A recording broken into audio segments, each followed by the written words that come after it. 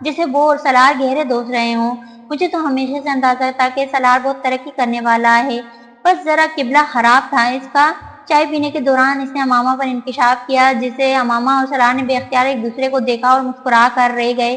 اور اب دیکھیں بھابھی کیسا بدلا ہے، میری کوششیں کیسے رنگ لائی ہیں، ساتھ کہہ رہا تھا۔ اور سلار نے اپنا کپ رکھتے ہوئے اسی مسکراہٹ کے ساتھ کہا، لیکن تم بالکل نہیں بدلے، میری کوششیں کوئی رنگ نہیں لا سکی، اس کا مجھے بڑا افسوس ہے، سلار نے جتانے والے انداز میں کہا۔ سعد نے بے اختیار کہا لگایا، ارے ہم پر کہاں کسی کا رنگ چڑھنا تھا، ہم پر تو اپنا ہی رنگ پڑا پکا تھا۔ بھابھی آپ کا یہ شوہر نائٹ کلب اور ڈسکو کا بڑا شوقین تھا، مجھے بھی کھینچ کھینچ کر ساتھ لے جانے کی کوشش کرتا تھا۔ نسلی لڑکیوں سے دوستی، بڑی رنگین زندگی گزاری اس نے۔ سلار نے ٹھیک کہا تھا، وہ نہیں بدلا تھا۔ بیشتر لوگ خود کو بہترین مسلمان ثابت کرنے کے لیے دوسروں کے ہر عیب اور خامی کو دکھانے اور جتانے کی وبا میں مبتلا ہوتے ہیں، اور ان کا اسلام انہیں صرف مقابلے اور موازنہ سکھاتا ہے، پردہ پوشی نہیں۔ وہ اپنی بیوی کے سامنے یہ ثابت کرنے کی کوشش کر رہا تھا کہ وہ کتنے نیک شخص کی بیوی ہے۔ احساس کمتری کی ایک بھیانک شکل ہوتی ہے۔ سعد اب اپنے انکشاف سے جیسے خود ہی محظوظ ہوا تھا اور پلیٹ میں ایک نیا کباب رکھتے ہوئے ہنس رہا تھا۔ امامہ کا چہرہ پھیکا پڑا تھا۔ بھابھی بالکل ٹھیک کہہ رہا ہے سعد، میری کافی رنگ برنگی لڑکیوں سے دوستی تھی، لیکن سعد کو صرف ایک ہی رنگ کی لڑکی پسند تھی، اور میں ذرا شوقین مزاج تھا۔ ڈسکو اور کلبس آتا جاتا رہتا تھا، لیکن سعد ظاہر ہے میرے جیسا شوقین مزاج نہیں تھا، اس لیے وہ اپنی گرل فرینڈ کے ساتھ گھر پر ہی رہنا پسند کرتا تھا۔ کباب تو سعد سے پلیٹ میں رکھ لیا تھا، لیکن پلیٹ اس کے ہاتھ سے چھوٹتے چھوٹتے بچی تھی۔ سلار نے کئی سالوں بعد ایسی کمزفی اور بدلحاظی کا مظاہرہ کیا تھا جو ایک زمانے میں اس کا شناختی نشان تھا۔ کیا نام تھا اس کا؟ ہاں اسٹیفنی۔ اب تو الیکس الیک ہی رہ گئی ہوگی، یا وہ بھی نہیں۔ اس کی یادداشت شفقانہ حد تک تیز تھی، اور اس وقت اس نے سعد کا قتل ہی کر دیا تھا۔ سعد کا اندر کا سانس اندر اور باہر کا سانس باہر رہ گیا۔ اس سب کی ابتدا سعد نے کی تھی اور انتہا اب سلار کر رہا تھا۔ سعد جواب کیا دیتا، اس کا تو سانس لینا محال ہو گیا۔ امامہ اس کی بیوی کے تاثرات دیکھ نہ پائی کیونکہ اس کے چہرے پر نقاب تھا، لیکن اس کی آنکھیں یہ بتانے کے لیے کافی تھی کہ وہ سلار کے انکشافات سے خوش نہیں ہوئی تھی۔ امامہ کو بھی سلار کا یہ جوابی وار کچھ بھایا نہیں۔ بھابھی آپ کچھ لیں، اس نے صورتحال کا سنبھالتے ہوئے ہر بروقت سعد کی بیوی عالیہ کی توجہ اس گفتگو سے ہٹانے کی کوشش کی۔ نہیں بچے اور یہ لے رہے ہیں، بس کافی ہے، ہم کچھ دیر پہلے ہی کسی لنچ سے آئے ہیں تو مجھے طلب نہیں۔ امامہ کو عالیہ کا لہجہ بے حد کھردرا لگا۔ آپ تو ختم نبوت پہ یقین نہیں رکھتی تھی نا؟ کیا سوال تھا جو سعد کی بیوی کی زبان سے امامہ کے لیے نکلا تھا۔ کمرے میں ایک دم خاموشی نہیں سکتا چھایا تھا۔ وہ تجسس نہیں تھا، جوابی وار تھا۔ سعد سے نہیں آیا تھا، اس کی بیوی سے آیا تھا۔ نہیں الحمدللہ میں مسلمان ہوں۔ چائے کا کپ ہونٹوں سے ہٹا کر امامہ نے بے حد مشکل سے مسکرانے کی کوشش کی۔ اچھا مجھے انہوں نے یہ نہیں بتایا تھا۔ وہ اسی بے نیازی سے سعد کی طرف اشارہ کرتے ہوئے بولی، تو بھابھی آپ پھر کوئی ادارہ جوائن کر لینا، آپ کو تو بہت زیادہ اصلاح اور علم کی ضرورت ہوگی۔ جب تک آپ پاکستان میں ہیں آپ میرے ساتھ مدرسے چلیں، وہاں درس قرآن بھی ہوتا ہے اور روحانی اور اخلاقی تربیت بھی۔ آپ کا بہت شکریہ، لیکن مجھے اسلام قبول کیے اور قادیانیت چھوڑے 16-17 سال ہو چکے ہیں، اور میں ایک حافظ قرآن کی بیوی ہوں۔ امامہ نے اس کی بات بڑی نرمی سے کاٹی۔ وہ تو میں بھی ہوں، عالیہ نے اسی انداز میں کہا، لیکن اس سے کیا فرق پڑتا ہے؟ آپ کو نہیں پڑھا ہوگا، مجھے پڑھا ہے۔ بھابھی آپ کو اس حوالے سے جب بھی ہماری مدد کی ضرورت پڑے ہم حاضر ہیں۔ اب میل جول تو ہوتا رہے گا۔ میں انشاءاللہ اس سال وقت نکال کر تبلیغ کے لیے کچھ دنوں کانگو میں آؤں گا تو آپ لوگوں کی خدمت میں حاضر ہوں گا۔ ویسے بھی اچھا ہے ہمارے بچے آپس میں ملتے رہے۔ سعد نے اپنی طرف سے بر وقت مداخلت کرتے ہوئے گفتگو سنبھالنے کی کوشش کی۔ جی بھابھی ٹھیک کہہ رہے ہیں، یہ ہمارے بچوں کو آپس میں ملنا رہنا چاہیے، اور ہمیں بھی بہت سی چیزوں سے آپ کو اپنے بچوں کی تربیت کرتے ہوئے ہماری رہنمائی کی ضرورت ہوگی۔ عالیہ نے اپنے شوہر کی گفتگو مکمل کرنے کی کوشش کی۔ اگر کبھی ایسی ضرورت پڑی تو میں اور امامہ ضرور آپ سے رہنمائی لینے کی کوشش کریں گے، لیکن فی الحال ہمیں لگتا ہے ہمیں اس کی ضرورت نہیں۔ اس بار سلار نے گفتگو میں مداخلت کر کے جسے ایک فل سٹاپ لگانے کی کوشش کی۔ یار بچے کہاں ہیں تمہارے؟ تم ان سے تو ملاؤ، میں چاہتا ہوں احسن اور جبریل بھی آپس میں متعارف ہوں۔ جی جی ضرور۔ بچے ابھی ملازم لا ہی رہا ہوگا، وہ لان میں کھیل رہے ہیں۔ اس سے پہلے وہاں کوئی اور بات ہوتی۔ ملازم کے ساتھ عنایا اور جبریل کمرے میں داخل ہوئے تھے۔ سعد نے دونوں بچوں کو بڑی گرمجوشی سے پیار کیا، پھر جبریل اور احسن کو ایک دوسرے سے متعارف کرایا۔ وہ دونوں ایک جیسے تھے، ریزرو، تمیزدار۔ وہ لوگ آدھ گھنٹہ اور بیٹھے تھے اور پھر انہیں اپنے گھر آنے کی دعوت دے کر چلے گئے۔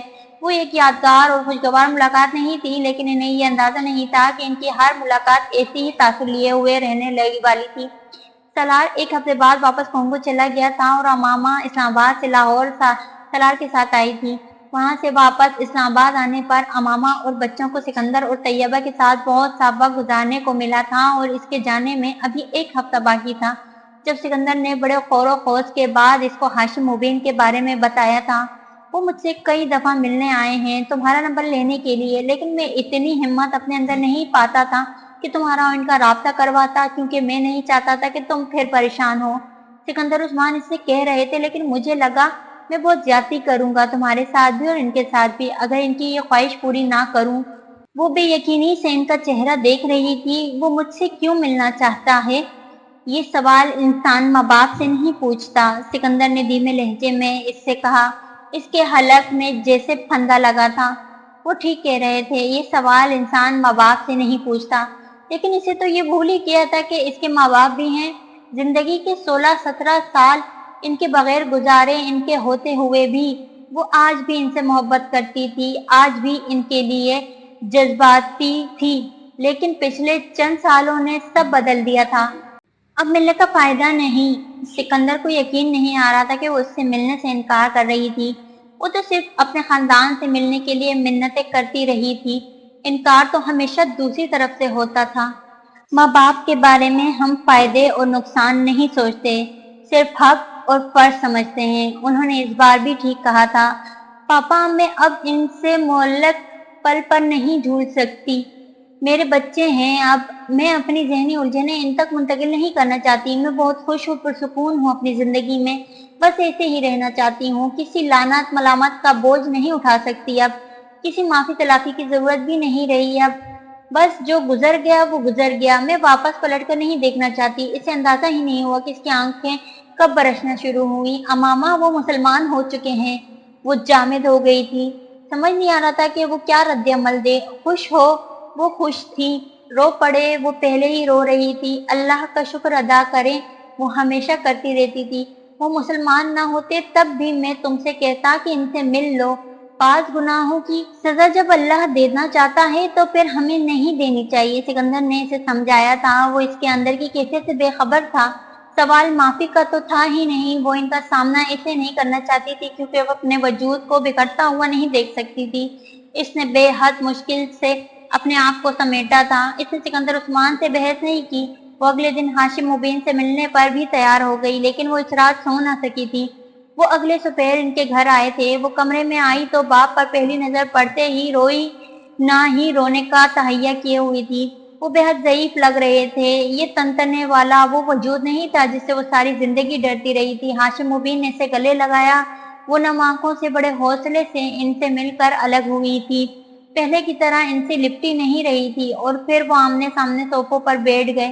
کمرے میں ان دونوں کے علاوہ کوئی نہیں تھا، وہ دونوں تھے اور طویل اور گہری خاموشی۔ پھر اس خاموشی کو ہاشم مبین کی ہچکیوں اور سچکیوں نے توڑا۔ وہ اب بچوں کی طرح بلک بلک کر رو رہا تھا۔ امامہ انہیں چپ چاپ دیکھتی رہی، وہ بھی بے آواز روتی رہی۔ اس کی آنکھوں سے برسنے والے آنسو اس کی ٹھوڑی سے ٹپکتے ہوئے اس کی گود میں رکھے باہوں پر گر رہے تھے۔ وقت واقعی بڑا ظالم ہوتا ہے، مجھ سے بہت بڑا گناہ ہو گیا، اس نے بہت بڑا ظلم کیا اپنے آپ پر، اپنے خاندان پر، پتہ نہیں کیسے ہو گیا یہ سب کچھ۔ ہاشم مبین روتے ہوئے اعتراف کر رہے تھے اور امامہ کو یاد آ گیا تھا، انہوں نے ایک بار اس سے کہا تھا جو کچھ وہ کرنے جا رہی تھی وہ اس پر بہت پچھتائے گی۔ ایک وقت آئے گا اسے اپنی غلطی کا احساس ہو جائے گا اور وہ واپس پلٹ کر ان سے معافی مانگنے آئے گی، اور تب وہ اسے معاف نہیں کریں گے۔ مجھے لگتا ہے امامہ مجھے تمہاری بد دعا لگ گئی ہے، ہاشم مبین نے روتے ہوئے کہا۔ مجھے بد دعا کا کبھی خیال بھی نہیں آیا ابو، آپ کے لیے کیا کسی کے لیے بھی نہیں، اس نے بالآخر ہاشم مبین سے کہا۔ آپ نے دیر سے کیا لیکن صحیح اور اچھا فیصلہ کیا۔ یہ ایک جملہ کہتے ہوئے امامہ کو بے حد تکلیف ہوئی تھی۔ اسے وسیم یاد آیا تھا، اسے اپنا وہ خاندان یاد آیا تھا جو سارا غیر مسلم تھا اور غیر مسلم ہی رہنے والا تھا۔ واپس تو یا وہ پلٹی تھی یا ہاشم مبین، تمہارا سامنا کرنے کی ہمت نہیں تھی مجھ میں۔ بہت وقت لگا دیا میں نے تمہارے سامنے آنے میں، لیکن بس معافی مانگنا چاہتا تھا اور تمہاری ایک امانت تھی میرے پاس۔ وہ مرنے سے پہلے تمہیں دینا چاہتا ہوں۔ وہ اب اپنے ساتھ لائے ہوئے بیگ سے ایک لفافہ نکال کر اسے دے رہے تھے۔ یہ کیا ہے؟ اس نے لفافہ تھامے بغیر ان سے پوچھا۔ جائیداد میں تمہارا حصہ، اسی حصے کے لیے تمہارے بھائیوں کو خفا کر دیا میں نے۔ وہ یہ بھی لینا چاہتے تھے مجھ سے، لیکن میں تمہاری چیز انہیں نہیں دے سکتا تھا۔ ساری عمر تمہیں کچھ نہیں دے سکا، کچھ تو دینا چاہتا تھا تمہیں مرنے سے پہلے۔ وہ ان کی بات پر رو پڑی۔ ابو، اس کی ضرورت نہیں تھی مجھے، میں اسے لے کر کیا کروں گی؟ اگر میرے بھائیوں کو میرا حصہ دینے سے ان کی زندگی میں آپ کے لیے کوئی گنجائش نکلتی ہے تو انہیں دیں۔ ہاشم مبین نے بے حد مایوسی سے نفی میں سر ہلایا۔ میں ان کے لیے غیر مسلم ہوں امامہ، وہ مجھے اپنی زندگی سے نکال کر پھینک چکے ہیں جیسے کبھی میں نے تمہیں نکالا تھا، وہ شکست خوردہ انداز میں کہہ رہے تھے۔ پھر آپ میرا حصہ بیچ کر اپنے لیے کوئی گھر لے لیں، کوئی جگہ، میرے پاس آپ سب کچھ ہے۔ امامہ نے وہ لفافہ پکڑ کر ان کے بیگ میں واپس رکھ دیا تھا۔ تم نے مجھے معاف نہیں کیا، انہوں نے رنجیدگی سے کہا۔ میں آپ کو معاف کرنے والی کون ہوتی ہوں ابو؟ یہ فیصلہ تو آپ کے لیے اللہ نے کرنا ہے۔ میں یہ صرف دعا کر سکتی ہوں کہ اللہ آپ کو معاف کر دے۔ بڑی معافی تو وہاں سے آنی چاہیے۔ وہ سر جھکائے بیٹھے رہے، پھر انہوں نے کہا، تم ہم سے ملتی رہو گی نا؟ عجیب آس اور حسرت تھی۔ امامہ نے سر ہلا دیا تھا۔ ماں باپ کا یہ حال اسے گرفتار کیے ہوئے تھی۔ ہاشم مبین کے چہرے پر اس ملاقات کے دوران پہلی بار مسکراہٹ آئی تھی۔ میں جائیداد کا حصہ تمہارے بچوں کے نام کر دیتا ہوں امامہ۔ ابو، میں آپ کی جائیداد اور روپے پیسے میں سے کچھ بھی نہیں لوں گی۔ میں لوں گی بھی تو سالار واپس کر دے گا، اس نے ہاشم سے دو ٹوک انداز میں کہا تھا۔ ہاشم مبین کچھ دیر بیٹھے رہے، پھر اسے ساتھ لے کر اس کی ماں سے ملوانے لے گئے۔ سکندر اور ان کی بیوی بھی ساتھ گئے تھے۔ وہ ایک اور جذباتی ملاقات تھی۔ تم اب بہت بہادر ہو گئی ہو، اس رات سالار نے اس سے کہا۔ اس نے اپنے اس دن کی روداد سنائی تھی اسے فون پر۔ کیسے؟ وہ اس کے تبصرے پر حیران ہوئی۔ تم آج ایک بار بھی نہیں روئی مجھے اپنے پیرنٹس سے ملاقات کے بارے میں بتاتے ہوئے۔ وہ چپ رہی، پھر اس نے سالار سے کہا، آج ایک اور بوجھ میرے کندھوں اور دل سے ہٹ گیا ہے۔ وہ دیر سے صحیح لیکن اللہ تعالیٰ نے گمراہی سے نکال لیا ہے میرے ماں باپ کو۔ دعائیں قبول ہوتی ہیں سالار، دیر سے صحیح لیکن قبول ہو جاتی ہیں۔ امامہ کے لہجے میں عجیب طمانینت تھی جو ہزاروں میل دور بیٹھے سالار نے محسوس کی۔ تمہاری ہو جاتی ہیں، اس نے مدھم آواز میں امامہ سے کہا۔ کیا تمہاری نہیں ہوتی؟ اس نے جواباً کہا۔ میری بھی ہوتی ہیں لیکن تمہاری زیادہ ہوتی ہے، وہ کہہ رہا تھا۔ الحمدللہ، امامہ نے جواباً کہا۔ وہ ہنس پڑا۔ تم میرے پیرنٹس کو اولڈ ہوم سے نکال کر انہیں کوئی گھر لے دو، ان کے پاس میری جائیداد کا جو حصہ ہے اسے بیچ کر۔ بے شک چھوٹا گھر ہو لیکن میں انہیں اولڈ ہوم میں نہیں دیکھ سکتی۔ میں پاپا سے کہہ دوں گا، وہ کر دیں گے یہ کام، ان کا خیال بھی رکھیں گے۔ تم اسلام آباد میں مستقل رہنا چاہتی ہو تو رہ سکتی ہو امامہ، تم اور بچے وہاں۔ امامہ نے اس کی بات کاٹ دی۔ میں تمہارے پاس رہنا چاہتی ہوں اور اس تاریخ کو واپس آ رہی ہوں۔ CIA نے سالار سکندر کی سرگرمی کو صرف مانیٹر اور ریکارڈ نہیں کیا تھا، اس ملاقات میں شامل 5 افراد کو بھی اپنی واچ لسٹ میں ڈال دیا تھا۔ اگلے آنے والے مہینوں میں سالار سکندر اور ان 5 افراد کے بہت سارے تفریحی دورے ہوتے رہے تھے، لیکن اب CIA صرف سالار سکندر کی نہیں، ان 5 افراد کی نقل و حرکت کو بھی مانیٹر کر رہی تھی۔